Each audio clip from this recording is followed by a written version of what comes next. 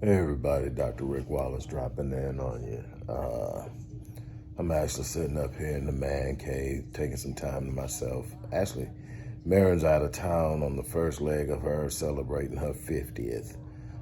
We do our thing next week, actually on her birthday, but she's out with her friends doing her thing, so I got a lot of extra time to myself. So I'm sitting up in the man cave, just finished a nice little stick, a little Disaronno, chilling. And I just found out some horrible news. I just put up a video maybe an hour or two ago, maybe a little longer than that, a couple of hours ago, about the importance of us focusing on mental health, only to find out that Marion Burrell, who's the son of Leroy Burrell, Olympic sprinter, world record setter, coach of the University of Houston track and field team. Cameron passed away early in the week last week, and the cause of death had been held for a while, and you could tell by the way things were going that it was unexpected. It buzzes. Number one, I'm from Houston. Number two, I'm an alumni at University of Houston. Number three, I'm a track athlete. Also, Cameron's godfather is Carl Lewis. So this kid has been exposed to an environment of greatness, and he had did some great things on his own. All-American sprinter, broke his dad's school record in the 100.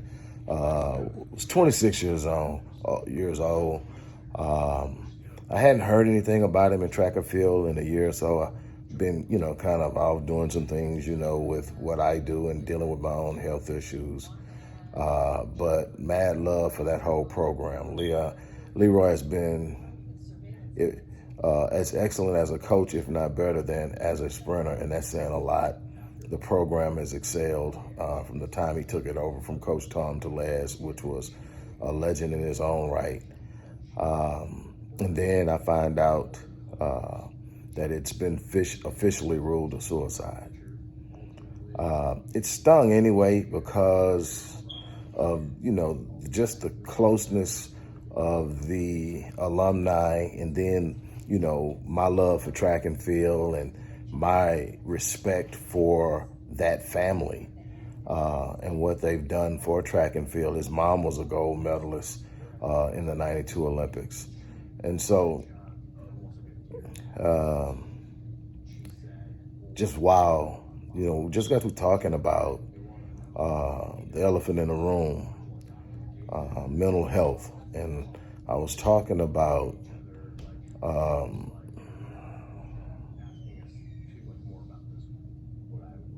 the importance of us creating resources for mental health. And I was talking about specifically in that video, one of the things I addressed specifically was the fact that our men have no real outlet. We have nowhere to turn because we don't think we can talk to anybody. We've been trained that real men don't need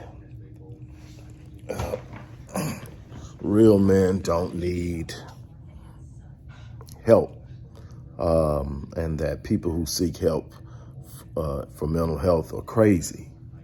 And so we internalize, we bottle up, we hide, we put on a great face, and we say we're good when we're asked how things are going. It's good, I'm good, and we keep pushing. But the truth of the matter is that we're often battling things and we're going through things. It's a part of life, but when you have no outlet, when you don't have the means to cope, when you're putting on these pretenses and these facades, it's horrible to not have an outlet. And we've got to create these things for our kids. I mentioned in the video that blacks, for the first time ever, are leading in the category of suicides between the age of 5 and 11. 5 and 11. Are you hearing me? And we are going to have to be responsible for addressing the elephant in the room. We have a bunch of them. That's a problem. Sometimes there's so many elephants that the fact that there's an elephant isn't that big of a deal, but the elephant doesn't belong in the room. No matter how many are in there, the elephant does not belong in the room. This one hits hard for a number of reasons. I mean, if you ever seen this kid's smile, you would never know that at any point that he could go through something that would cause him to think that the only option he had was to end it. And my prayers go out to his family, his mom, his godfather, the people who knew him. I can't imagine what they're going through. I'm keeping the family lifted. But I just had to come back. I mean, literally, I'm talking about this a couple of hours ago. And here I am now finding this out. And I'm just like floored. Just really knocked me out the box. But we've got to do better.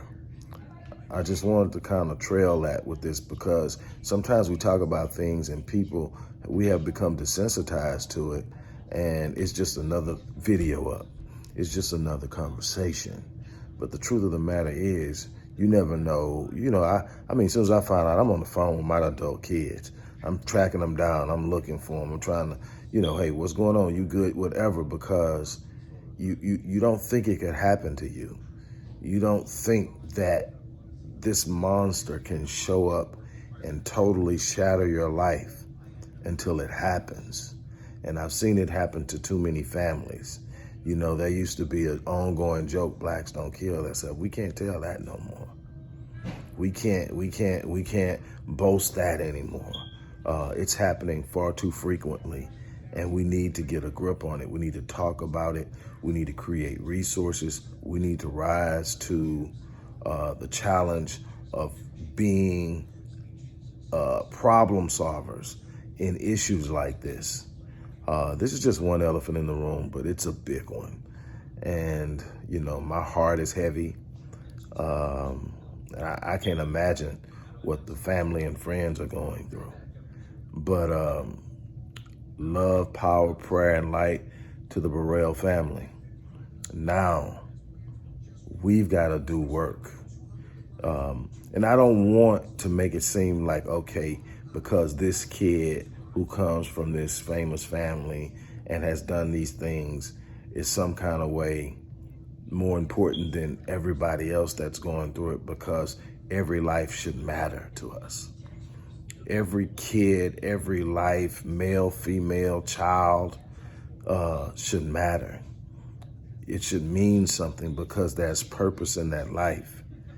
But I'm going to get out of here and try to get myself together. But I just wanted to talk about it while it was on my mind, while my heart would speak, because I spent so much time in an intellectual space that people tend to think that, that's all I am, when the truth of the matter is that's only a part of who I am. I'm a loving husband, a loving father, a person who cares about people, all kinds of people, all people. So to sit up and to see this on a continuous basis, it takes its toll because I'm in this field, and I watch it, I see it. I fight hard for my clients that are troubled. I have, clients that range from people who just want to do better in life, do better in their finances, do better in their career, do better in their business. Then I have people who are literally trying to breathe. And so I'm dealing with this every day, and I know the gravity of what I've been entrusted with. And I know that it's much bigger than just what I have in front of me. And I want to be a part of the solution. And I want us to be a part of the solution. Show some love. Show some love and share what you think. Talk about what people in your family have gone through. I mean, it doesn't even have to get to suicide or suicidal ideation. If you've been in a dark place before, let's talk about it. On that note, look, I'm going to get ready to get off of here. You guys have an unbelievable day.